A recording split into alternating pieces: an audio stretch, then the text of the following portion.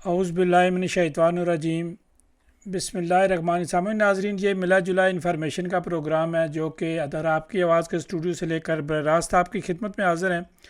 समझ हमने आपको बताया था, अपने इंट्रो में भी बताया था, इससे पहले भी बताया था कि आज जो हमारे मेहमान होंगे बैरिस्टर अमजद मलिक साहब, जो किसी तारफ़ के मुताज नहीं, मिनिस्टर्स वाइस चेयरपर्सन भी हैं पंजाब ओपीसी के।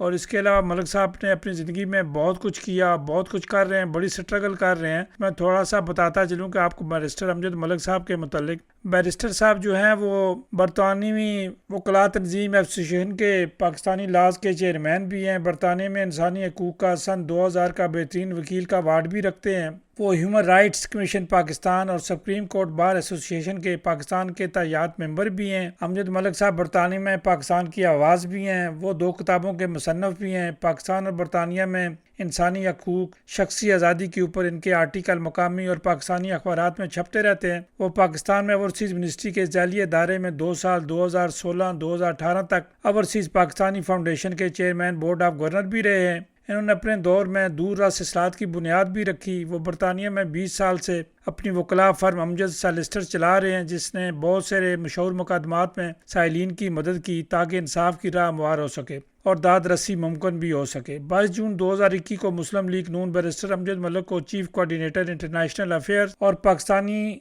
तैनात किया था और 2023 से वो सीनियर नायब सदर इंटरनेशनल अफेयर खिदमात भी सर अंजाम दे रहे हैं। वो मंशूर कमेटी के मेंबर भी हैं। बैरिस्टर अमजद मलिक साहब 2024 से वाइस चेयरमैन ओवरसीज पंजाब के फ़राइज़ भी सर अंजाम दे रहे हैं। तो मलिक साहब ने बहुत सारी बातें जो हैं वो हमसे करते रहते हैं। जब भी हम इनको फ़ोन करते हैं वो अपनी गोना गो मसरूफियात से टाइम भी निकालते हैं और लोगों की बात भी सुनते हैं और हमारी बात भी सुनते हैं और हम खुलकर इनसे बातचीत भी करते हैं। कोई लकी लिपटी बात ये भी नहीं करते और हम भी नहीं करते। तो समझ अपने सवालात की तरफ हम बढ़ते हैं। बहुत सारे आज से इनसे सवालात कर रहे हैं। मलिक साहब, सबसे पहले तो आपको अपने अदारा पर खुश आमदीद कहते हैं। जी जी, बहुत बहुत शुक्रिया राज साहब। आपकी ज़रा नवाजी है और बड़ा आपके खलूस की मैं दिल से कदर करता हूँ। आप यूरोप में पाकिस्तानियों की आवाज़ हैं और जब भी आपसे मौका मिलता है कोशिश हम करते हैं कि नोट्स एक्सचेंज करें, जो काम कर रहे हैं उसके बारे में हम एक दूसरे को आगाह करें ताकि वाइडर पब्लिक को आगे हो कि हम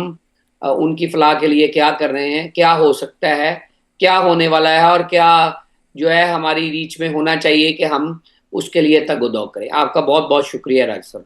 मलिक साहब, आपने हमेशा ज़रा नवाजी की है तो मैं थोड़ी सी आज बात करना चाह रहा हूँ। आजकल आप सोशल मीडिया पर टिक टॉक ऑफ टाउन हैं। आपका सोशल मीडिया के कानून बारे क्या ख्याल है? ईरान और अमेरिका जंग, बातचीत या इस्लाहत? देखिए, सोशल मीडिया एक ऐसा टूल है जो अगर मुनासिब अच्छे तरीके से इस्तेमाल किया जाए तो ये आपके जो बयानिया है उसको बहुत दूर तक ले जा सकता है। पिछले सालों में अब इसके ऊपर गालम गलोच में कमी वाक़या हुई है। उसकी वजह यह है कि अफेक्टिव जो रेगुलेटर्स हैं उन्होंने उसके ऊपर काम करना शुरू किया है। नहीं तो पहले तो पगड़ी उछालना और ये वो सारा बड़ा रूटीन बन गया था। और मेरा ख्याल हुकूमत ने भी, पाकिस्तान की हुकूमत ने भी कोशिश की है कि इसको आज़ादी रहे भी लेकिन पीटीए के ज़रिए कदगन भी लगे जहां, और फिर साइबर क्राइम यूनिट ने भी उसमें अपना किरदार अदा किया। लेकिन मेरे ख्याल में आज़ादी रहनी चाहिए लेकिन साथ साथ जिम्मेदारी भी होनी चाहिए कि आप जो राय इस्तेमाल कर रहे हैं उससे किसी की दिल आज़ारी तो नहीं हो रही। ईरान और अमेरिका वाला जो मामले के ऊपर आपने बात की है वो सोशल मीडिया से हटके है। मेरे ख्याल में इस खत्ते में ईरान बड़ा मुल्क है और जिस तरह अमेरिका बार बार रिटेलिएट उसके साथ कर रहा है वो खत्ते के मफाद में नहीं है, आलमी अमन के मफाद में नहीं है। पाकिस्तान ने एक बहुत बड़ा रोल प्ले किया है कि उनको टेबल टॉक पे लेके आया है, किसी मुवादे के नज़दीक तर लेके आया है और कोई अग्रीड टर्म्स कर भी ली हैं। लेकिन अगर एक दूसरे के ऊपर हमलाबाजी रुकेगी नहीं तो ये देरपा अमन के लिए नुकसानदेह साबित होगा। अमेरिका बड़ा मुल्क है, उसके इस खत्ते में इंटरेस्ट हैं। ईरान लोकल इस रीजन का बहुत बड़ा मुल्क है, तेल की पैदावार करने में और फिर उसकी तरसील में, और स्ट्रेट ऑफ हॉर्मज है उसके पास। तो मेरे ख्याल में ऐसे मुल्क के साथ पुरअमन तरीके से बातचीत के जरिए अगर हल निकाल लिया जाए तो बेहतर है। जितनी ज्यादा आंखें दिखाएंगे उतना ज्यादा दीवार पे लगाने की कोशिश करेंगे तो ईरान रिटेलिएट करेगा। जिसका नुकसान ये होगा कि ईरान अपने बरादराना मुल्कों के पास जहां अमेरिकन अड्डे हैं, उनको वहां पे उनके इंटरेस्ट को नुकसान पहुंचाएगा, जो इन रिटर्न किसी बड़ी जंग का जो है वो मौजब बन सकता है। और मेरे ख्याल में तमाम ही लोगों को, बड़े कंट्रीज को इसमें रोल प्ले करना चाहिए, यूएन को भी रोल प्ले करना चाहिए, लेकिन अमेरिका को बड़ापन दिखाना चाहिए। और अगर अमन हासिल होता है तो उसको कमजोरी नहीं बनाना चाहिए और अमन के लिए कोशिश करनी चाहिए। अमन के लिए कोशिश करनी चाहिए, बड़ी अच्छी बात की मल साहब। इसी तरह पानी जो है वो ज़रूरत है या हथियार, भारत को क्या कहेंगे? इंडस वाटर टेरिटरी जो पानी पर एक और जंग या मुआहदा अमल हो सकता है? राज साहब, ये बड़ा अहम सवाल है। हम बहुत ज्यादा एक दूसरे पोलराइजेशन में इतना आगे चले जाते हैं कि कई दफा मुल्क की सलामती और नेशनल इंटरेस्ट भूल जाते हैं। हमें याद रखना चाहिए कि हमने 9 मई को पिछले साल भारत को उनके हमले के जवाब में शिकस्त से दो चार किया, उनके त्यारे गिराए, उनका डिफेंस सिस्टम तबाह किया, उनके ड्रोन, हमारे लोगों ने बाहर शॉट गन लेके आगे निकल आए जब वो हमले कर रहे थे हमारे ऊपर। तो कौम ने अपनी सपा और अपनी लीडरशिप के साथ मिलके भारत को सबक सिखाया। लेकिन आप याद रखें, भारत एक हमसे 4-5 गुना बड़ा मुल्क है, अददी, अस्करी और टेक्नोलॉजी के लिहाज से, इकोनॉमी के लिहाज से बड़ा मुल्क है, तो वो आराम से नहीं बैठेगा। इसलिए हमें नजर रखनी चाहिए कि अब उसने एक पहले ही ऐलान किया कि मैं सिंध ताश मुआहदे से मुकर जाऊंगा, मैं पानी रोकूंगा पाकिस्तान का, और मैं उन दरियाओं के ऊपर डैम बनाऊंगा जो दरिया जिनका बहाव पाकिस्तान की तरफ है। तो ये अल्टीमेटली, और अभी जो कश्मीर में उनका रोल है, अभी जो तालिबान प्रो तालिबान जो रजीम है, वहां से पीछे से जो टीटीपी को सपोर्ट है, ये वो चीजें हैं जो इंडिकेट करती हैं कि भारत चुप करके नहीं बैठेगा और पाकिस्तान को उसके मफादात को नुकसान पहुंचाने के लिए अपना काम करता रहेगा। ऐसे में हमें उसके पानी के इस इस्तेमाल को हथियार नहीं बनने देना चाहिए और अपनी आवाज उठाते रहना चाहिए, अपनी सफों में इत्तेहाद रखना चाहिए। अभी वो हमारे कश्मीर इलेक्शन को भी बना के बहाना कश्मीर हमारी और कश्मीरी कौम के दरमियान में वो दरार डालने की कोशिश कर रहा है। हमें विजिलेंट रहना चाहिए और आगाह रहना चाहिए अपनी जिम्मेदारियों से, और कोशिश करनी चाहिए कि पाकिस्तान के वसीतर मफाद जो है उसको नुकसान ना पहुंचे। पानी बिल्कुल Bharat as a weapon use कर रहा है, और अगर सिंध ताश मुआहदा जो ब्रोकर्ड बाय वर्ल्ड बैंक है, अगर उससे भारत निकल गया और हमने निकलने दिया, तो अल्टीमेटली पानी के ऊपर जंग का मुआवजा बनेगा। और हमें कोशिश करनी चाहिए कि आलमी रायमा हमवार करें, अपने अपने मुल्क में अपने अपने एमपीज और जो हमारे नुमाइंदे हैं उनको ये बावर करवाएं कि पाकिस्तान के साथ ज्यादती हो रही है, और वर्ल्ड बैंक और बाकी लोगों को आमादा करें कि वो भारत को सिंध ताश मुआहदे के ऊपर अमल पैरा होने के लिए पूरा जोर लगाएं कि वो इस मुआहदे से निकल ना सकें। क्योंकि अगर इस तरह मुआहदे से लोग निकलने लग गए तो कोई भी किसी भी जगह पे मुआहदा जो है उसकी अहमियत नहीं रहेगी। और इसमें सिक्योरिटी काउंसिल का भी बड़ा रोल है। जो आर्बिट्रेशन कोर्ट्स हैं, उन्होंने 1-2 फैसले दिए हैं जो पाकिस्तान के हक में शुनीद सुनाते हैं। तो कोशिश करनी चाहिए कि पाकिस्तान जंग के बगैर इस मामले को हल करे, और उसमें आलमी रायमा का और आलमी अक़वाम आलम का बहुत रोल होगा। मलिक साहब, पाकिस्तान ने तो हमेशा कोशिश की है अच्छी बात करने की, दोस्ती की बात की है, लेकिन मैं इस तरफ आता हूँ कि आप चूँकि मुस्लिम लीग को ऐड कर रहे हैं, तो मुस्लिम लीग नून आयरलैंड की जो लीडरशिप में अचानक तब्दीली की वजह क्या बनी? क्या जल्दी में ऐसा फ़ैसला लेना चाहिए था? आप डार साहब के इस फैसले से मुतफिक और नई क़यादत से मुतमिन है? मुस्लिम लीग डेनमार्क की मैं बात करूंगा, मुस्लिम लीग डेनमार्क, नॉर्वे और स्वीडन को किस तरह देखते हैं? मुस्लिम लीग नून डेनमार्क और नॉर्वे और स्वीडन चैप्टर चल रहे हैं। 1-2 जगह हैं जो इश्यूज कोशिश कर रहे हैं रिजॉल्व हों, लेकिन कोशिश करेंगे कि अपना अपना चैप्टर जो 2-2 साल पूरा करता जाएगा, तभी नई तंजीम लगाएं। शाहिद साहब की क़यादत में नॉर्वे अच्छा काम कर रहा है, स्वीडन में सईद शेख साहब और डेनमार्क में आफ्ताब रूमी साहब सदर हैं। तो कोशिश करेंगे जब अपना वो वक्त पूरा करें तो लोकल जो मकामी हमारी सपोर्ट बेस है उनके साथ मशवरे के साथ नई टीम जो है प्रपोज की जाए। आयरलैंड वाला एक टेक्निकल इशू है। वहां पे हमारे जो सदर थे वो सोशल मीडिया के ऊपर काफी एक्टिव पंजाबी का प्रोग्राम करते हैं, और आजकल आपको पता है कश्मीर में इलेक्शन चल रहे हैं, तो उनकी थोड़ा प्रोग्राम्स की वजह से काफी शिकायत उनको आई इसाक डार साहब को, और उन्होंने उनकी मुद्दत क्योंकि 4.5 साल हो गई थी, तो एक नई फ्रेश टीम दी है आयरलैंड में। और साजिद रसूल साहब को सदारत मिली है, उनके साथ नासिर खान साहब, ताहिर रशीद साहब और चौरी सुहेल साहब मेलो, उनको लगाया गया। पुराने ही लोग हैं जो आगे लेके आए गए हैं। कोशिश करेंगे कि वो मिलके आयरलैंड में पाकिस्तान मुस्लिम लीग नून के चैप्टर को आगे लेके बढ़े, और उनके प्रोग्राम को जो मेन स्ट्रीम आयरलैंड में लीडरशिप है उससे अलहदा किया गया ताकि वो अपना प्रोग्राम आज़ादी से कर सकें। लेकिन साथ ही साथ ये भी है कि जब आप अपनी आज़ादी राय का इस्तेमाल करें तो किसी भी कम्युनिटी, रंग, नस्ल, जात को निशाना मत बनाएं। उसका नुकसान फिर ये निकलता है कि वो शिकायत पीछे आती हैं कि आया ये मुस्लिम लीग नून की पॉलिसी है कि किसी एक कम्युनिटी को निशाना बनाना। तो मेरे ख्याल ये वजह बना है। लेकिन जो भी क़यादत फैसला करे उसको मंजूर करना चाहिए, और उन्होंने 2 साल की मुद्दत थी, 4.5 साल पूरे किए हैं, तो आगे भी मौका मिलता है अगर आप साथ चलें, क़यादत के फैसले को माने और आगे चलें, तो आगे भी चांस बनता है। और पैवस्ता राज शजर से उम्मीद बाहर रख। मलिक साहब, अच्छा किया आपने जवाब दे दिया। इस पर लोग हमसे पूछते भी थे तो मैंने आपसे सवाल कर लिया, बराह रास्त सवाल किया। तो मलिक साहब, डेनमार्क में मलिक सिकंदर सिद्दीक को सितारा इम्तियाज़ मिला, तो उसकी मुबारकबाद का इंतज़ार है। नहीं नहीं, सिकंदर मलिक साहब हमारे भाई हैं, हमारे बहुत ही कोना मश्क हमारे लीडर थे सदीक साहब। ये उनके बेटे हैं। लोकल पॉलिटिक्स चलती रहती है, लेकिन सिकंदर साहब और उनके वाले साहब की मुस्लिम लीग ने उनके लिए बहुत खिदमात हैं।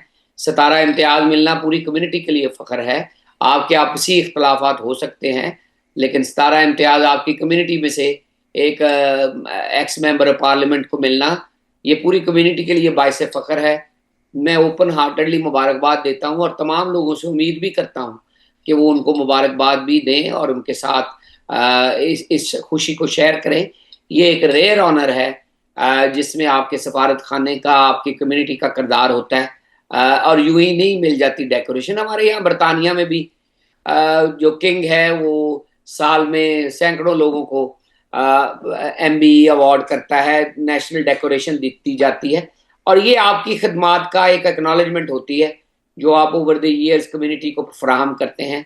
मेरी तरफ से आपको भी, सिकंदर साहब को भी, आपकी पाकिस्तानी कम्युनिटी को भी बहुत बहुत मुबारकबाद हो, और उम्मीद है कि आपकी कम्युनिटी में से जो अच्छे काम करने वाले लोग होंगे उनको भी कंसिडर किया जाएगा, और सफारत खाना आप जैसे लोगों को एक्नॉलेज करेगा, क्योंकि Denmark, Norway and Sweden very important countries for Pakistan.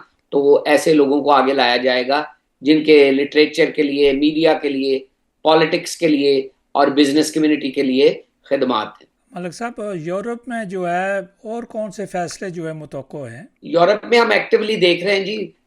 तुर्की है जो ड्यू है, ग्रीस है, जर्मनी है, फ्रांस है, तो ये एक्टिवली इसको देख रहे हैं। ये ओहदे अपनी मुद्दत पूरी कर चुके हैं। तो डार साहब जो है इसके ऊपर मीटिंग कॉल करेंगे, तो इंशाल्लाह ताला जो फैसला होगा उसके मुताबिक लेकर चलेंगे। लेकिन ये 4 मुल्क सरेदस्त जो हैं वो लिस्ट में हैं जो यूरोप में रिकॉन्स्टिट्यूट करने के लिए डार साहब के फैसले के इंतजार में। मलिक साहब, OPC पंजाब, OPF पाकिस्तान क्या कहेंगे? गिलास हाफ फुल या हाफ? मैं गिलास फुल ही समझूंगा। इमरान खान साहब के दौर में OPF का चेयरमैन ही नहीं लगा 4.5 साल, उसका बोर्ड ही नहीं कॉन्स्टिट्यूट हुआ, और बगैर हम वजीर के काम चलाते रहे। जुल्फी बुखारी साहब आधे पचद्दे वकील थे, वजीर थे, वो ज्यादा काम तो इमरान खान साहब के साथ था उनका। तो मेरा ख्याल है कि ग्लास हाफ फुल के आपके पास सालिक साहब फेडरल मिनिस्टर हैं, ऑन चौधरी साहब जूनियर मिनिस्टर हैं, कमर रजा शाह साहब बरतानिया से चेयरमैन हैं, फिर अफजाल भट्टी साहब MD OPF हैं, फिर आपके पास पूरा बोर्ड है जिसमें खालिद शाहीन भट्ट साहब एमडी बैतुल भी हैं, और आसिफ चौधरी साहब जापान से हैं, और मैडम भट्ट हैं जो दुबई से हैं, अमेरिका से जो है वो एक मेंबर बोर्ड हैं। तो ये काफ़ी आपके लिए, कामरान खान साहब हैं भट्टी साहब के ब्रदर इन लॉ। तो ये आपके लिए एक नए 8-10 चेहरे ओवरसीज़ की खिदमात के लिए फेडरल गवर्नमेंट में काम कर रहे हैं। कन्वेंशन मुनक्कद करवा के उन्होंने ये साबित कर दिया कि जी वो काम करना चाहते हैं, और 16-17 रुकनुकाती प्राइम मिनिस्टर का ऐलान, जिसके मुताबिक ओवरसीज़ को मराहत मिली। तो ये मेरा ख्याल है कि ये गिलास हाफ फुल की निशानी है। ओपीसी पंजाब में आपको मेरी सूरत में एक ओवरसीज़ पाकिस्तानी दिया है जो आपका नुमाइंदा है, आपके लिए दरवाजे हमारे खुले हैं, और हम जदीद बुनियादों पे पोर्टल को, ओवरसीज सेंटर को, फैसिलिटेशन डेस्क को 41 जिलों में ओवरसीज अदालतों के जरिए हम नई इस्लाहात लेके आ रहे हैं। उम्मीद कर रहे हैं कि इंशाल्लाह ताला ये पहिया मजीद घूमेगा, आपको ओवरसीज के डेस्क एयरपोर्ट पे मिलेंगे, और इंशाल्लाह ताला ये अदालतें आहिस्ता आहिस्ता आपकी गवाहियाँ डेनमार्क से बैठ के आप एम्बेसी से अदालतों से रुजू कर सकेंगे, और ये जो लैंड रजिस्ट्रेशन है वो कंप्यूटराइज हो रही है, उससे आप यहाँ बैठे डेनमार्क से अपनी प्रॉपर्टी ट्रांसफर कर सकेंगे, बेच सकेंगे, खरीद सकेंगे, जो पहले पावर ऑफ अटर्नी के जरिए होता था जिसमें काफी फ्रॉड होता था। तो अब हम कोशिश कर रहे हैं कि उसको कैप करें, और पंजाब के लैंड रजिस्ट्रेशन डिपार्टमेंट के जरिए उसका जो है हल निकालें। मलिक साहब, हुकूमत में शफल की खबरें चल रही हैं, कहाँ तब्दीली आप देख रहे हैं और कहाँ उम्मीद रखनी चाहिए? इसके अलावा आपने लैंड रजिस्ट्री की बात की, तो इस पर बहुत सारी बातें रिश्वत की भी चलती रहती हैं। लैंड रजिस्ट्री में आपको जब कंप्यूटराइज लैंड रजिस्ट्रेशन हो जाएगी तो वो तो आप रसीद जमा करवाएंगे बैंक में, और अपनी रजिस्ट्री, जो रजिस्ट्रार आपका कॉन्सुलेट है ये रजिस्ट्रार बन जाएगा, तो आपको रिश्वत वाला तो मामला ही निकल जाएगा ना जी। आप पैसे देंगे बैंक में और अपनी रजिस्ट्री करवाएंगे। जहां तक शफल की बात है ये एक ये कोalition गवर्नमेंट है, मुख्तलिफ जमातों का मंबा बन के कोalition गवर्नमेंट है, और उसमें थोड़ा ऊपर नीचे होता रहता है सिस्टम, जिसमें मुख्तलिफ पार्टियों के वजीर भी हैं और मुख्तलिफ स्टेक होल्डर्स भी हैं। अब तक तो जंग जीतने के बाद पैर अच्छा काम कर रहा है, आप सालिस बने हैं अमेरिका और ईरान के दरमियान में, ये बहुत बड़ा ऑनर है। आपको यूएसए का प्रेसिडेंट नाम से जानता है, आपके मुल्क की ये बहुत बड़ी इज्जत है कि वो जनरल आसिम मनीर और शहबाज शरीफ, वजीर आजम शहबाज शरीफ और डिप्टी वजीर आजम सागदार साहब को जानते हैं, मिलते हैं। बैन अल-अक़वामी दुनिया में वजीर और जो वजीर आजम हैं वो आपके जो हेड ऑफ स्टेट है उनसे राब्ते में हैं। तो ये आपके लिए खुशबख्ती और खुशकिस्मती है। अब इसको आप ट्रांसलेट करें इकोनॉमिक रिवाइवल में, तो ये पाकिस्तान मजीद आगे तरक्की कर सकता है।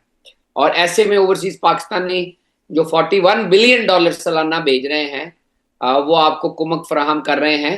तो मेरे ख्याल में शहबाज शरीफ साहब से अच्छा वजीर आजम अंडर द सर्कमस्टांसेस नहीं मिल सकता, और उनसे काम चलाना चाहिए। वो एक बेहतरीन मुंतजम है। जो भी तब्दीली आए नए इलेक्शन के बाद ही आनी चाहिए, लेकिन ये है कि शहबाज शरीफ साहब का इस वक्त जो इंटरनेशनल दुनिया में औरा बना है उसको मुल्की मफाद में इस्तेमाल करना चाहिए।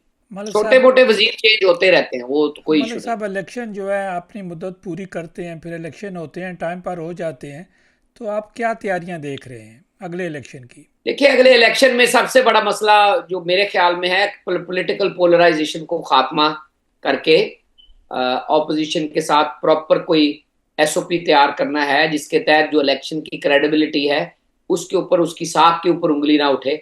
तो उसमें गवर्नमेंट एंड ऑपोजिशन का बड़ा रोल होगा कि वो 6 महीने साल पहले इसके ऊपर काम शुरू कर दें इलेक्शन कमीशन के साथ मिलके, और वो जो इस्लाहात चाहिए, वो जो कैविएट, जो गारंटीज चाहिए, उनको इंश्योर करें, ताकि ये बखेड़ा जो है ये वंस फॉर ऑल खत्म हो जाना चाहिए कि गड़बड़ कहाँ हुई है, कहाँ होती है, क्यों होती है। जो तकद्दस है बैलेट का वो बरकरार रहना चाहिए, और जो अवाम जिसको वोट देते हैं उसकी सैंक्टिटी जो है वो महफूज रहनी चाहिए। और उसके लिए गवर्नमेंट एंड अपोजिशन दोनों का ही किरदार है, और इस्टेब्लिशमेंट को एज फैसिलिटेटर किरदार अदा करना चाहिए और पॉलिटिकल फार्मूले के तहत अगले इलेक्शन से पहले ये चीज़ें हो जानी चाहिए, ताकि ये फॉर्म 45, फॉर्म 47, या जब इमरान खान साहब वजीर आजम बने थे तब भी इस तरह की जो है वो जो शिकायत निकली थी, जो अदालतों ने सुनी ही नहीं 2-2, 2.5 साल। तो ये पहले हल हो जाना चाहिए कि ट्राइब्यूनल्स बाइख्तियार हों, आपकी जो अर्जियां जल्दी सुनी जाएं, आपके जो बैलेट है वो ठीक हों, आपने कैसे वोट डालना है, ये फिर तजर्बे जो हैं लास्ट मिनट नहीं होने चाहिए। आपका आरटीएस फेल हो जाता है, क्यों हो जाता है, 61 अरब लगा के भी आरटीएस फेल हो जाता है, तो फिर इतने पैसे लगाने का क्या फायदा।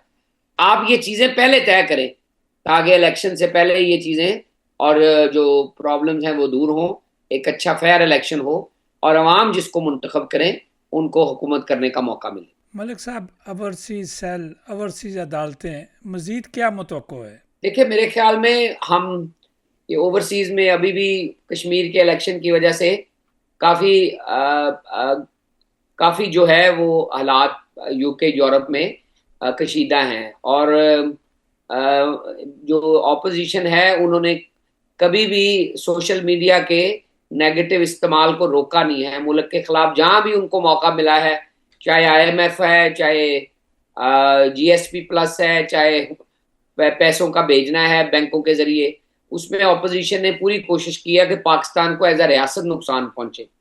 उनके जो यूट्यूबर्स हैं जो मुल्क से भाग के आए हैं, वो सुबह शाम मोनेटाइज जो है अपने चैनल्स को इस्तेमाल करते हैं मुल्क के खिलाफ, जो है सारा दिन वो जो है प्रोपेगेंडा करते हैं कि किसी तरीके से मुल्क को कमजोर किया जाए। तो ऐसे में मेरे ख्याल में वो जो एवालांच है, जो मंशूर में हमने 16 नुकात दिए थे, उसमें से कुछ चीजें अभी तक आगे नहीं आ रही। फॉर एग्जाम्पल, हम असम्बलियों में 10 सीटों की बात कर रहे थे मंशूर में, यहाँ दोहरी शहरियत खत्म होने की बात हो रही है।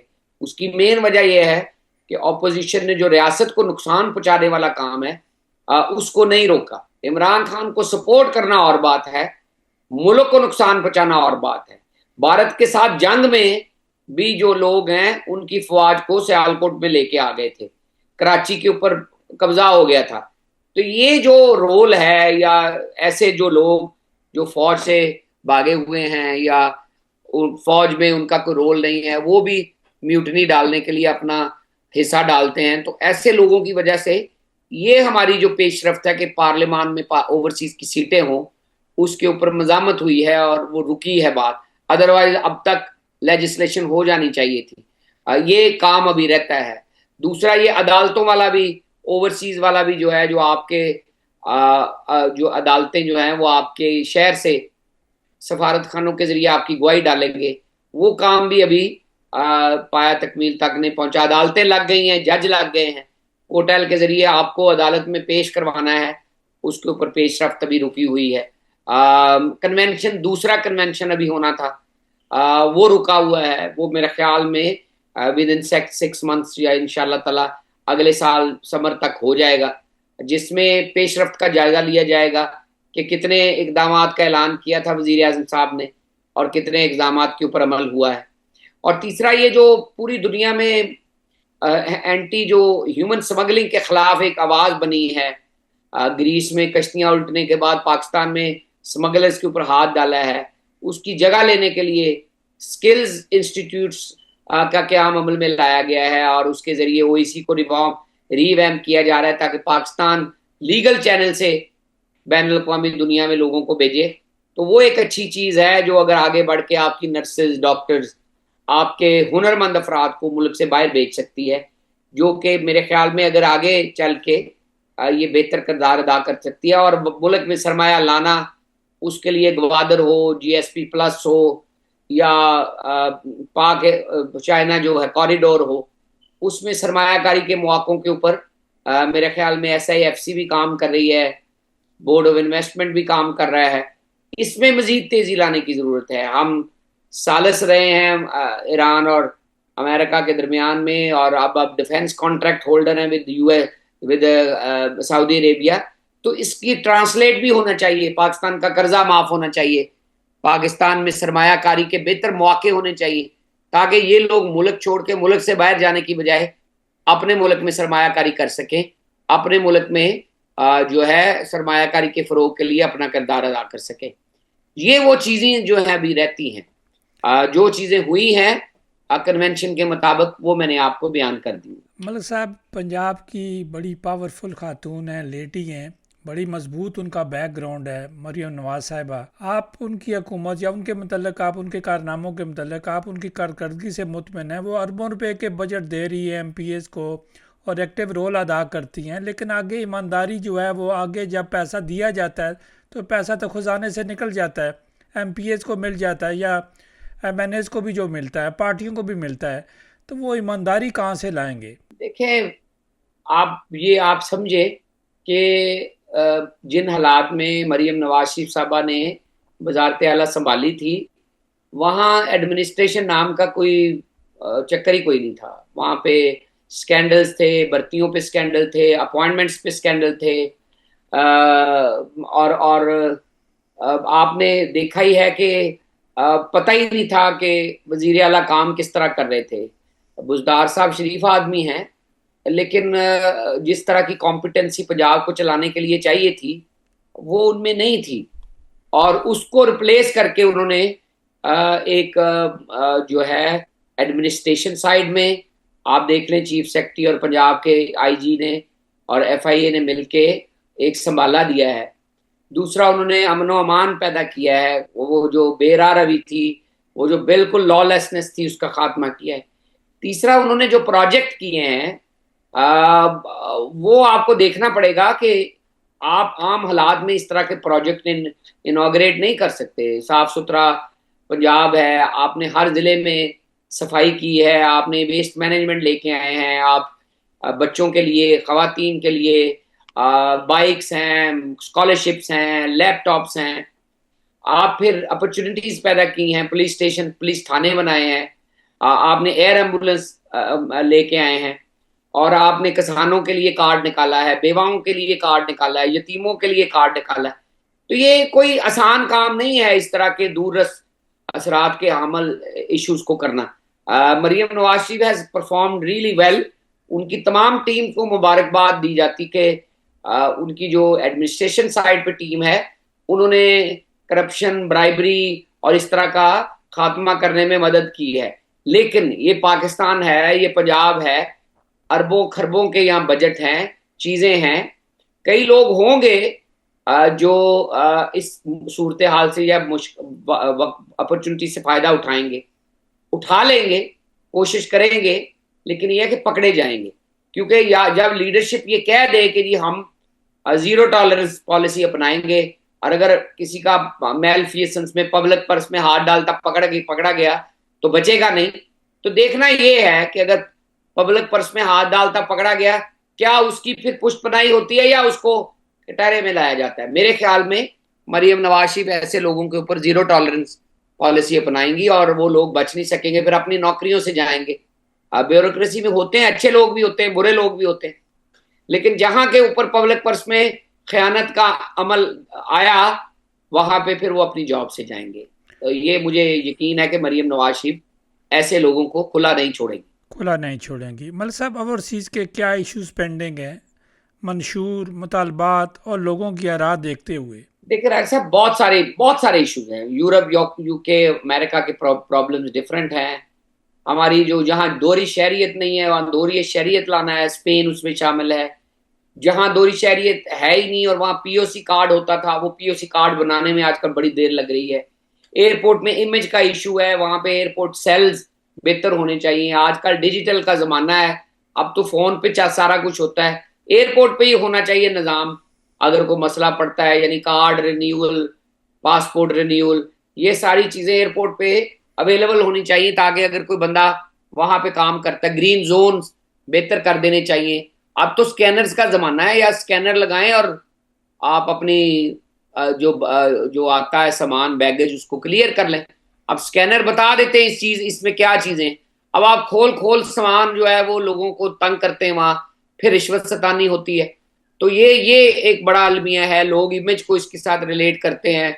या पढ़ने वाले ग्रेजुएट या ए लेवल करने वाले बच्चे जब पाकिस्तान जाते हैं और उनका बैग खोला जाता है और वहां रिश्वत देनी पड़ती है, वो एक बैड इमेज लेके पाकिस्तान से वापस आते हैं। और फिर पाकिस्तान में जाने वालों से भी गुजारिश है कि वो अपने बच्चों को लेके अपने गाँव में ही ना घुस जाएं, उनको दिखाएं मुल्क में जहाँ तरक्की हो रही है। आप कश्मीर से हैं तो मुजफ्फराबाद लेके जाएं, इस्लामाबाद लेके जाएं, आप लाहौर में हैं तो अपना लाहौर की सैर करवाएं, या इर्दो गिर्दो नवाज से हैं तो अपना मेन कराची से हैं तो कराची शहर। ये ना हो कि ये बच्चे जाके सिर्फ वही इमेज देख के आए जो आपके गांव का है। और उसका नुकसान ये है कि वो आके एक बेहतर इमेज नहीं लेके आते, और वो फिर बच्चे जब अपनी मर्जी के मालिक होते हैं तो वो मोरक्को, तुनीजिया, तुर्की भागते हैं, वो अपने मुल्क जाने को प्रेफर नहीं करते। तो आप अपने मुल्क का बेहतर जो है वो तशख्खुस पेश करें ताकि बच्चे पुट ऑफ ना हो। मलिक साहब, बाज़ लोग आपको मुकम्मल तौर पर लाहौर देखना चाहते हैं, आपका क्या ख्याल है? मुकम्मल तौर पर लाहौर ही हूँ। ये डिजिटल का ज़माना है आजकल। फ़ोन अभी मैं अगर आप कहें कि जी डेनमार्क आगे ही प्रोग्राम करेंगे तो शायद हम एक भी ना कर पाते। तो मैं तो तकरीबन एवरी अदर 6 मंथ्स आपके साथ प्रोग्राम में पिछले 10 सालों से आ रहा हूँ। तो ये डिजिटल का ज़माना है। पढ़े लिखे प्रोफेशनल लोगों को लेना चाहते हैं जॉब के लिए तो आना जाना रहेगा। मेरी फैमिली यहाँ है तो मुझे आना पड़ता है। मेरा एक चलता चलाता दफ्तर है 20 साल से। मेरे क्लाइंट्स हैं 5,000 से ज़्यादा, तो उनको सर्विस देनी पड़ती है। और ये एक वॉलंटरी जॉब है जो हम अच्छे तरीके से कर रहे हैं। चेयरमैन का वहाँ होना ज़रूरी है, कमिश्नर का वहाँ होना 24 घंटे ज़रूरी है। वाइस चेयरमैन तो एक अलामती ऑनररी पोजीशन है, ये तनख्वाहदार पोजीशन नहीं है। तो हम अपनी कंट्रीब्यूट कर रहे हैं जितना वॉलंटरीली कर सकते हैं, और उस सिलसिले में फिर रोजगार भी चलता रहता है जिससे हम जो खर्चा होता है उसको सर्विस करते हैं अपने दफ्तर से। तो एक अच्छा निज़ाम चल रहा है। जहां ज़रूरत होगी, आजकल तो पीआईए की फ़्लाइट चल गई है मैनचेस्टर से लाहौर। मैडम को जब ज़रूरत होती है तो हम जो है विद इन 10-15 आवर्स लाहौर मौजूद होते हैं। और मैं खुली कचहरी करता हूँ हर महीने के आखिर पे। तो ये साइलिन के लिए एक मौका होता है कि जिनके मामलात रुके हुए हैं तो वो उस खुली कचहरी में आते हैं और बताते हैं, और वहाँ पे मौका पर अफसरान मौजूद होते हैं और हम मौका पर अहकामात लेते हैं ताकि उनकी दादरसी हो सके। वैसे भी जब मैं वहाँ जाता हूँ वहाँ मेला लगा रहता है, और यहाँ दफ्तर में भी 4 से 6, 1 से 2 सैटरडे का पूरा दिन, आज देखें पूरा दिन आपके साथ लग जाएगा।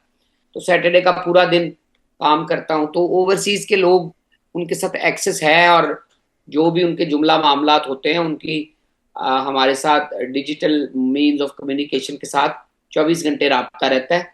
और कुल वक्ती कमिश्नर जो है वो ओपीसी में मौजूद है, जो 21 ग्रेड का मुलाजिम है, तो वो भी आपकी खिदमत के लिए हर वक्त मौजूद रहते हैं। मलिक साहब, बड़ा अच्छा कि आपने वजाहत कर दी कि लोग तो समझते थे जिस तरह ये अमेरिका वार को किस तरह देखते हैं, इसी तरह शायद लगता है ऐसे था कि आपको भी कोई करोड़ों के हिसाब से महीने के पैसे मिलते हैं। नहीं नहीं, ये वॉलंटरी जॉब है, इसकी कोई तनख्वाह नहीं होती, बल्कि इसके कोई पर्क्स प्रिविलेजेस भी नहीं हैं। और वो तो मरियम साहबा की मेहरबानी है कि उन्होंने वजीर का दर्जा दिया हुआ है तो उसकी वजह से फ्लैग कार दी है तो ड्राइवर है साथ। लेकिन उसमें कोई पैकेज नहीं है जो, यानी तनख्वाह तनखूद ही होती वाइस चेयरमैन। मलिक साहब, चलें इस पर बात आगे बढ़ते हैं। सवाल मेरे पास काफ़ी हैं, जल्दी से करना चाह रहा हूँ। सितंबर में अक़वाम मुत्तहिदा का इजलास इवेंट फुल हो सकता है? देखें, अक़वाम आलम को कोशिश करनी चाहिए कि अक़वाम ये जो सितंबर का इजलास है उससे पहले पहले ईरान यूएसए वॉर को कंक्लूड करें और अग्रीमेंट को हतमी शक्ल दें। सितंबर के यूएन के इजलास के दौरान में अगर ये सुलह का कोई अच्छा देरपा हल निकाल लें तो ये पूरी दुनिया के लिए एक अच्छा यूएन के प्लेटफॉर्म से अमन का मैसेज जाएगा। अदरवाइज जैसे जैसे यूएन अपनी अफादियत खो रहा है, पीस भी कहीं धुंधला जाएगा, और ये मुल्क के लिए और रीजन के लिए और पूरी दुनिया के अमल के लिए खतरनाक होगा। जिस तरह पेट्रोल प्राइसेस तेजी से बढ़ रही हैं, आम आदमी की बसात से रोजमर्रा की अशिया जो हैं वो निकलती जा रही हैं, और ये बहुत खतरनाक होगा अगर ये रुझान चलता रहा। आप जंग के हालात में ज्यादा अरसा नहीं रह सकते, और हम तकरीबन ये पूरा साल जंग में गुजार रहे हैं। तो आप सोचें कि माइनर वीकर इकोनॉमीज के ऊपर इसका क्या असर हो रहा होगा। यानी पेट्रोल जो है बसात से बाहर हो गया है, और लोग घरों तक मैसूर हो गए हैं क्योंकि वो अफोर्ड ही नहीं करते। अब तो मोटर बाइक वाले चीखना शुरू हो गए हैं कि पेट्रोल अफोर्डेबल नहीं है। तो ये आगे चल के हर गरीब मुल्क के ऊपर इसका बोझ ज्यादा पड़ता जाएगा, कर्जे का बोझ ज्यादा पड़ता जाएगा। और ये बहुत सारे मिज़मरात हैं इसके, बहुत सारे इसके असरात होंगे, नेगेटिव असरात इकोनॉमी के ऊपर। तो मेरे ख्याल में अक़वाम मुत्तहिदा का इजलास अमन के हसूल के लिए दूररस नताइज का हामिल हो सकता है अगर बड़े ममालिक उसमें अपना किरदार अदा करें। मलिक साहब बड़ा अच्छा कि आपने बता दिया। मलिक साहब इस बड़े तंदूर पर तो बड़े बड़े लोग बैठे हुए हैं, तो इन सारे हालात में मियाँ नवाज शरीफ साहब बड़ी ताकतवर शख्सियत हैं, सियासी शख्सियत हैं, 3 बार वज़ीर आज़म रह चुके, वो क्या सोच रहे हैं? देखिए उनकी बेटी जो है वो उनकी ज़ेर निगरानी, उनके रुफ़का की ज़ेर निगरानी वजारत आला के ऊपर वो एक बड़ा एक्सपीरियंस ले रही हैं। उधर जरदारी साहब जो हैं वो अपने बच्चे को, मेरा ख्याल है कि वो ही is groomed to be a leader of his party, people's party को वो लीड कर रहे हैं, फॉरेन मिनिस्टर भी रहे हैं। तो मेरे ख्याल में अगली जनरेशन को ये जो तजर्बे का मौका मिला है, ये मुल्क के लिए और सियासत के लिए बेहतर है कि कोई ना कोई आगे चीज जो है वो है। उधर शहबाज साहब के बच्चे भी, 2 सलमान और हमजा, उनकी मावनत करते हैं, वो भी एक अच्छी बात है कि ये नौजवान नस्ल जो है वो अपने जो बुजुर्ग हैं उनसे सीख रही है। मियाँ साहब मेरे ख्याल यही सोच रहे होंगे कि एक तरफ उनका भाई वजीर आजम है, एक तरफ उनकी बेटी वजीर आला है, और सबसे बड़ी अपोजिशन की जो स्टेक होल्डर पार्टी है वो उनकी अलाई है।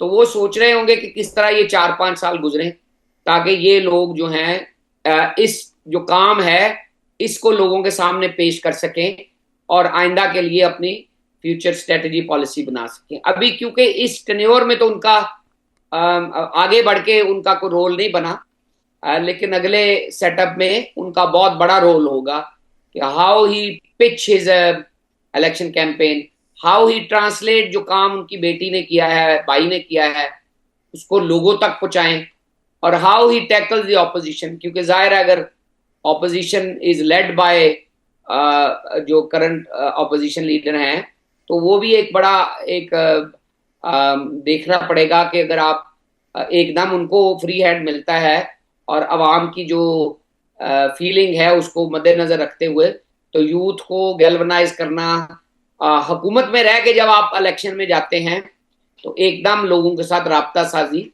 एक बड़ा जुए शीर लाने के मुतरादिफ काम है। तो ये हुकूमत से 5 साल निकल के जाके पब्लिक में जाना, ये बड़ा लीडर चाहिए, और नवाज शरीफ साहब का होना मुस्लिम लीग नून के लिए बाइस बरकत है कि वो एक लीडर मौजूद होगा जो अवाम में जाएगा और अवाम को अपनी तरफ राग़िब करेगा।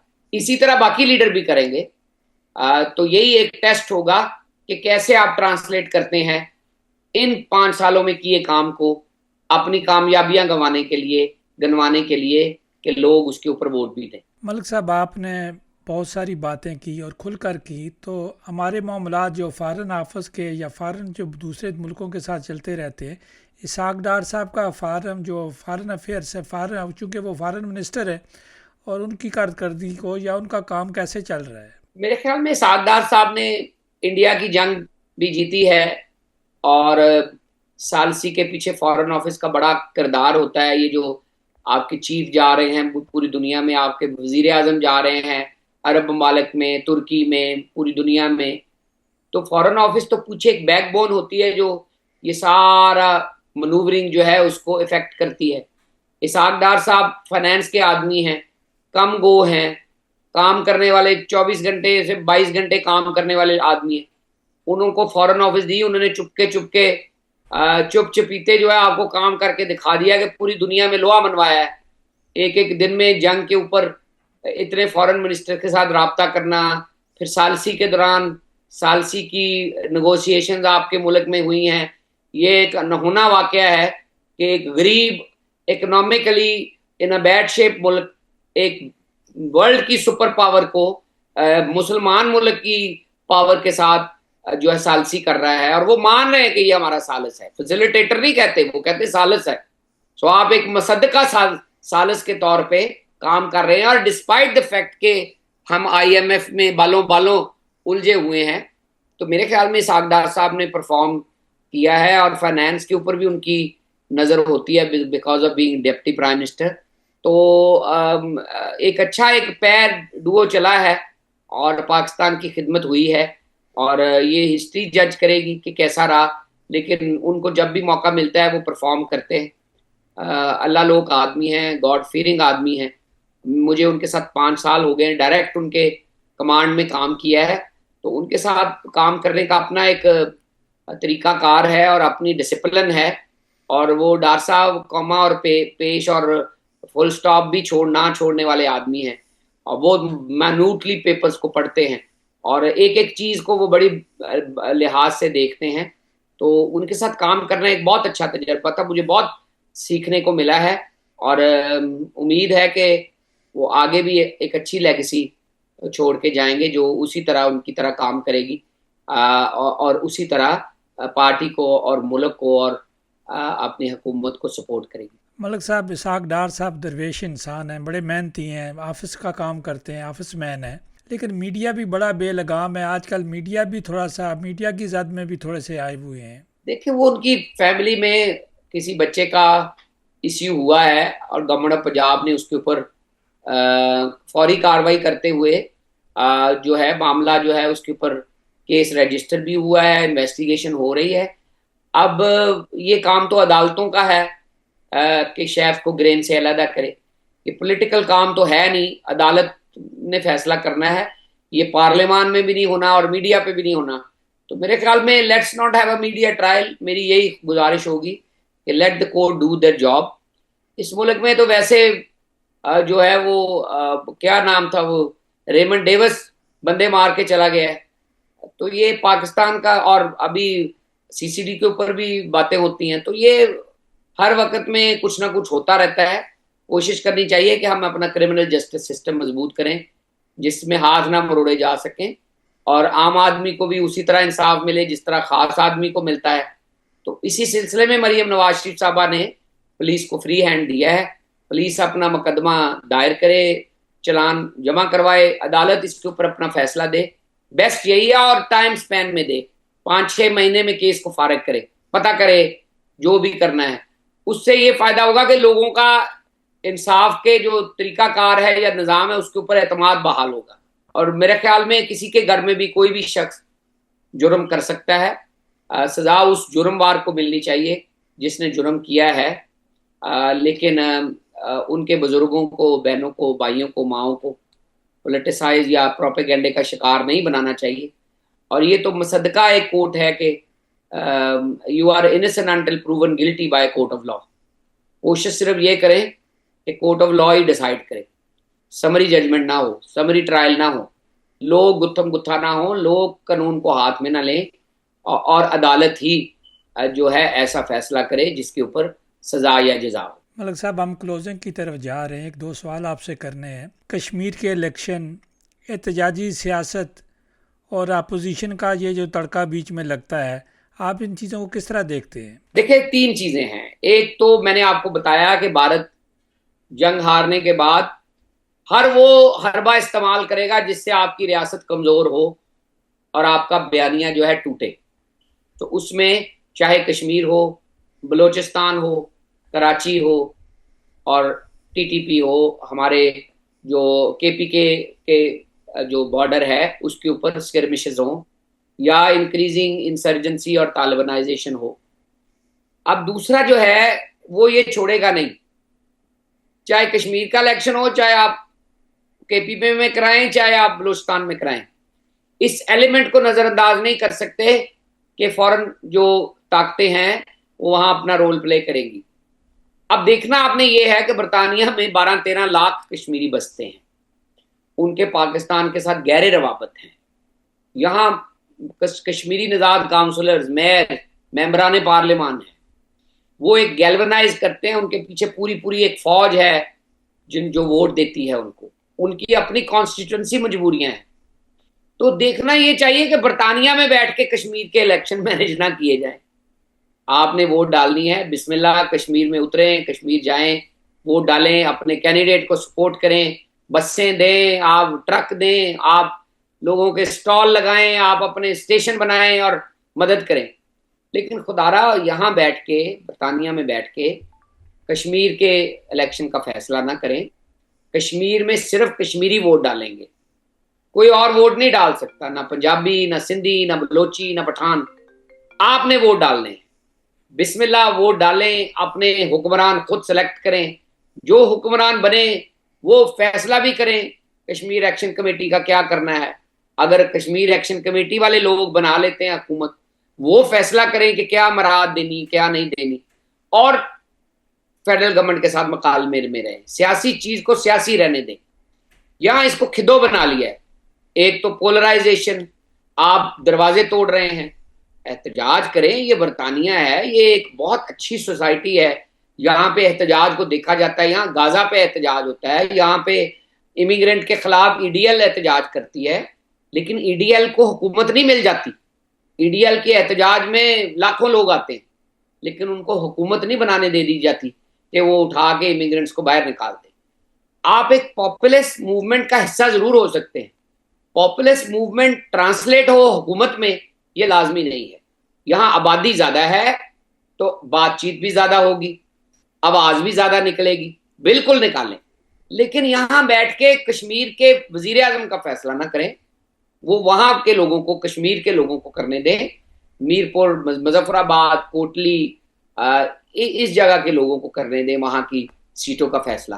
किसी ने बहुत ज्यादा सियासत है, शौक, तो जरूर जाके सपोर्ट करें, अपने कैंडिडेट को सपोर्ट करें। अपनी पार्टी के नहीं लड़ने दिया जाता तो आजाद खड़े हो जाएं, आजाद लड़े, लेकिन वहां के लोगों को फैसला करने दें। उनके वोटों से एमएलए बनने हैं, उनके एमएलए के वोटों से आजाद कश्मीर का वजीर आजम बनना है। अब एक जगह पे आबादी ज्यादा है और वहां पे आपकी से ज्यादा है, पैसे ज्यादा हैं, कोई पूछने वाला नहीं है, तो ये तरीका नहीं है कि आप गालम गलोच में हर उस सतह को पार कर जाएं जिससे आपका अकाउंट तो शायद मोनेटाइज हो जाए, पैसे ज्यादा आ जाएं, लेकिन मेरे ख्याल पाकिस्तान में कोई इतना ज्यादा फर्क नहीं पड़ने लगा। अपने मेंबरान पार्लियामान, अपने काउंसलर, अपने मेयर को एक अच्छा, शुस्ता, फेयर, फ्री इलेक्शन करवाने या होने देने में अपना किरदार अदा करना चाहिए, रादर देन कि एंटी पाकिस्तान जाके जी दरवाजे तोड़ दे हाई कमीशन के, या जी बंदे खड़े करके तो जी झंडे लहरा रहे हैं जी इंडिया के, या गालियां निकाल रहे हैं। वो कोई तरीका नहीं है। आपकी एम्बेसियां हैं, आपने ही वहां से कार्ड लेना है, नायको कार्ड लेना है, पासपोर्ट लेना है, आपने इनसे सहूलतें लेनी है कि आप अपनी एयरलाइन डायरेक्ट वहां चला सके, मुजफ्फराबाद और मीरपुर। आपने ही इनसे काम लेना है तो काम चलना है। तो एक ऐसा ट्रीट करे कि जिस तरह एक महजब मुआशरा ट्रीट करता है, इसको इतना इज्जत बिस्ती का मसला ना बना ले कि लोग बाहर निकलना उनके लिए दुश्वार हो जाए, और आप बरतानिया में ऐसे हालात पैदा कर लें कि लोग जो हैं वो परेशान हो जाएं कि ये बरतानिया है या आपने ये जम्मू ही बना लिया इसको। तो देखना चाहिए मेरे ख्याल में। लेकिन मैं हमेशा ही ह्यूमन राइट वकील होने के नाते जमहूरियत और फ्रीडम ऑफ एक्सप्रेशन का दाई रहा हूँ। अब भी मेरी यही ख्वाहिश है कि बातचीत से मामला हल किए जाएं, शख्सी आज़ादियों के ऊपर पाबंदियां कम होनी चाहिए, फेयर एंड फ्री इलेक्शन के लिए अपना किरदार अदा करना चाहिए, लेकिन उन एलिमेंट्स को भी परे रखना चाहिए जो इस आड़ में आपकी पाकिस्तान से लड़ाई करवाएंगे, जो इस आड़ में भारत को मौका देंगे कि वो अपने असर और रसूख के जरिए, पैसे के जरिए, इन्फ्लुएंस के जरिए वो अपना यहाँ अपनी स्टेक बनाए और आप में और आपकी रियासत के दरमियान दायमी नफरत का आगाज करे। ये डायरेक्ट उनको सपोर्ट करती है, ना पाकिस्तान को सपोर्ट करती है, ना कश्मीर को सपोर्ट करती। कश्मीर के लिए हमारी सिपाह ने, हमारे लोगों ने जाने दी, कश्मीर के लिए उनके दिल धड़कते हैं। कभी भी कश्मीर का नाम आए तो ये नहीं को कह सकता कि कश्मीर की किसी पाकिस्तानी ने मुखालफत की है। आपको भी ऐसा ही बिहेव करना चाहिए कि पाकिस्तान की रियासत अलहदा चीज है, हुकूमत अलहदा चीज है, कश्मीर के इलेक्शन अलहदा चीज है, और उसको एक इलेक्शन के तौर पे लेना चाहिए। यही लोग जिनको आप गालियां निकाल रहे हैं कल को एमएलए होंगे, वजीर आजम होंगे, आपने इन्हीं के साथ फिर मुकालमा करना है, इन्हीं के साथ बातचीत करनी है। बातचीत को एक हद से ना गुजरने दें। जिस दिन आपके हाथ में डंडा आ जाए और आगे पुलिस वाला हो, आपकी बातचीत खत्म होगी, आपकी सियासत, आपकी जमहूरियत खत्म होगी। आपने जिस दिन डंडा पुलिस वाले के सर पे मार दिया, खत्म होगी बात। आपकी सियासत गई बाढ़ में, आप जो मर्जी करते रहें, कोई आपको रास्ता नहीं देगा। मैंने आपको मिसाल दी है, बरतानिया में मजारे होते हैं, लाखों लोग आते हैं, वो कहते हैं कि हम इंग्लिश डिफेंस लीग या हम एक्सट्रीमिस्ट पार्टीज हैं, हम चाहते हैं इमिग्रेंट्स को उठा के वापस भेज दिया जाए, उसमें कश्मीर भी शामिल है। तो क्या किसी ने हमें निकाल दिया यहां से? इसलिए नहीं निकाला कि वो एक पॉपुलिस्ट एक आवाज जरूर है, हुकूमत नहीं है, रियासत नहीं है। रियासत बरतानिया नहीं ये चाहती कि यहां से सब कालों को निकाल दिया जाए या सब इमिग्रेंट्स को निकाल दिया जाए। तो ये आप देखें और खुद अपनी चीजों को मद्देनजर रखें ताकि नुक्से अमन का बायस ना बने, यहां भी जग हसाई ना हो जहां हम रहते हैं। और बिल्कुल मेंबरान पार्लियामान बेचारे फंसे हुए हैं, उनके 4-4 लाख 1.5-1.5 लाख वोटर हैं जो कश्मीरी नजाद हैं, और उनको उनकी भी बात सुननी पड़ती है। हमें सफारत खानों को, गवर्नमेंट ऑफ पाकिस्तान को, फॉरेन ऑफिस को उन मेंबरान पार्लियामेंट के साथ एंगेजमेंट नहीं छोड़नी चाहिए जो कश्मीरी कॉज या कश्मीरी पलाइट के ऊपर एक बयानिया बनाते हैं। हमें उनकी बात सुननी चाहिए, हमें इसका जवाब देना चाहिए, हमें उनके साथ राहो रस्म नहीं अलहदा करने चाहिए और उनको नेम एंड शेम नहीं करना चाहिए, क्योंकि वो अपने कॉन्स्टिट्यूएंट्स को रिप्रेजेंट कर रहे हैं और उनकी मजबूरी और उनके मसले को समझना चाहिए और उनके साथ बातचीत करते रहना चाहिए, और बल्कि बातचीत को, डायलॉग को बेहतर तौर पे करना चाहिए। और ये वफूद के तबादले और आना जाना, अगर कोई मिनिस्टर आता है या डिप्टी प्राइम मिनिस्टर आते हैं या फॉरेन मिनिस्टर आता है, उनके साथ कश्मीरी नजाद मेंबरान पार्लियामान की भी बाहम मुलाकात रखवानी चाहिए ताकि हम एक दूसरे को समझ सकें और एक दूसरे की मदद कर सकें। ये इलेक्शन के बाद मामला और बेहतर हो जाएंगे, क्योंकि ये सारी एक्सरसाइज इलेक्शन तक है। जैसे ही इलेक्शन होंगे, नई हुकूमत फाल होगी, तो ये मामला हल की तरफ जाना शुरू हो जाएंगे। मलिक साहब, बड़ी ज़्यादती होगी। एज ओवरसीज़ में 1-2 सवाल ना करूं और अपनी कम्युनिटी जी के बारे में बात ना करूं। आप ह्यूमन राइट्स को भी देखते हैं, लायर हैं आप, और पब्लिक की आवाज़ भी हैं आप। तो मलिक साहब, ख्वाजा आसिफ साहब वज़ीर दफ़ा हैं, बड़ी पावरफुल शख्सियत हैं, बुज़ुर्ग सियासतदान हैं, हुकूमत के साथ उनके बहुत ज़्यादा ताल्लुकात रहते हैं, अपोजिशन के साथ भी, और इस्टेब्लिशमेंट के भी जो है वो बहुत अच्छे ताल्लुकात रखते हैं। तो गर्मियों में वो पुल पर खड़े होकर नहर में छलांग लगाने का उनके पास बहुत अच्छा टाइम होता है। ज़रा सेहत बरकरार रखनी चाहिए। तो यहाँ हम डेनमार्क में रहते हैं, तो हमें पीआईए कब मिलेगी? पीआईए ख्वाजा आसिफ साहब ने तो नहीं देनी। पीआईए तो आपको गवर्नमेंट ऑफ पाकिस्तान ने देनी है और प्राइम मिनिस्टर कोशिश कर रहे हैं। हमारे जुलाई से बरतानिया से मानचेस्टर की डायरेक्ट फ्लाइट शुरू हो गई है अल्हम्दुलिल्लाह, लंदन से भी शुरू हो गई है। और पीआईए अब एक प्राइवेटाइज अदारा है। कोशिश पूरी करेंगे कि अगर एक लुक्रेटिव आपका रूट है, डेनमार्क, फ्रांस, यहाँ से जहाँ जहाँ रोम यहाँ से आती हैं फ़्लाइटें, तो ये दोबारा शुरू करेंगे। अल्हम्दुलिल्लाह फ्रांस से शुरू हो चुकी है, तो यहाँ भी शुरू करेंगे। कोशिश करेंगे कि ये ज़रूर शुरू हो। और ख्वाजा साहब के बयानात को, कई दफ़ा सियासी बयान को सियासी बयान के तौर पे लेना चाहिए और थोड़ा सा चिन अप रखनी चाहिए। ख्वाजा साहब का कई दफ़ा बयान जो लाजमी नहीं कि हुकूमत पाकिस्तान या रियासत पाकिस्तान की का बयान हो, वो कश्मीर कश्मीरियों का है और हम कश्मीरियों के हैं, कश्मीर हमारी शाहरुग है। और ये बयानिया अभी ना तब्दील हो रहा है ना होने जा रहा है। जब तक इसका पायदार हल नहीं निकलता, हम कश्मीरियों की पलाइट के लिए इसी तरह लड़ते रहेंगे। आपस में भाई हैं, इख्तलाफात हो जाते हैं, लेकिन इसका मतलब ये नहीं है कि हम कश्मीरियों के खून से रूगर्दानी करेंगे। पूरा जोर लगाएंगे कि कश्मीरी कॉज को इस तरह के आपसी इख्तलाफात से नुकसान ना पहुंचे। मलिक साहब, हुकूमत से मज़ीद हम क्या उम्मीद रखें? इसी तरह एक ख़बर चल रही थी कि कोई 2 बंदे हैं, वो इंसानी जो है वो बंदों को भी खाते हैं, वो जेल में गए हैं। या खबर है, सच है या झूठ है, ये पढ़ी गई है अखबार में। तो वो इंसानी गोश्त खाते हैं, वो जेल में भी लोग उनसे डरते हैं, वो कहते हैं हम जेल में भी इनका गोश्त खा जाएंगे। तो मलिक साहब, इस तरह की चीज़ें फिक्र ना करें, इस तरह की बातें प्रोपेगेंडे के लिए इस्तेमाल होती हैं। आप बेफिक्र रहें। और अगर खाते भी हैं तो वो सॉलिटरी कन्फाइनमेंट में होंगे, आप बेफिक्र रहें। इनमेट्स जो हैं, वो कैदी जो हैं, उनकी फलाह व बहबूद या उनकी फिजिकल वेलफेयर, उनकी लुक आफ्टर करना गवर्नमेंट की जिम्मेदारी होती है।